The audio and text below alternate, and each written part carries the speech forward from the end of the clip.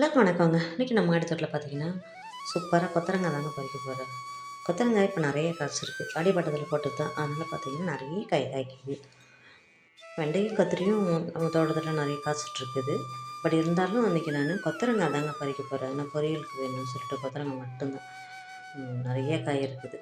ஆனால் எல்லா செடியும் நான் பறிக்கிறத வீடியோ எடுக்க முடியாது. ஏன்னு கேட்டிங்கன்னா, கொத்தரங்காய் பொறுத்த வரைக்கும் செடி ரொம்ப சாஃப்டாக இருக்கும், மெலிசாக இருக்கும். தண்டெல்லாம் பார்த்தீங்கன்னா கொஞ்சம் அழுத்தம் பட்டாலே உடச்சிக்கும். அதனால் 2, 3 செடி மட்டும் எடுத்துட்டேன். அதுக்கப்புறம் பார்த்தீங்கன்னா இதை பாருங்கள், சூப்பராக நல்லா ஊட்டி ஆப்பிள் மாதிரி இருக்கு பாருங்கள். பார்க்கவே செம்ம கலர்ஃபுல்லாக அழகாக பழுத்துருக்குது. பெருசாக இருக்குது பாருங்கள் செர்ரி.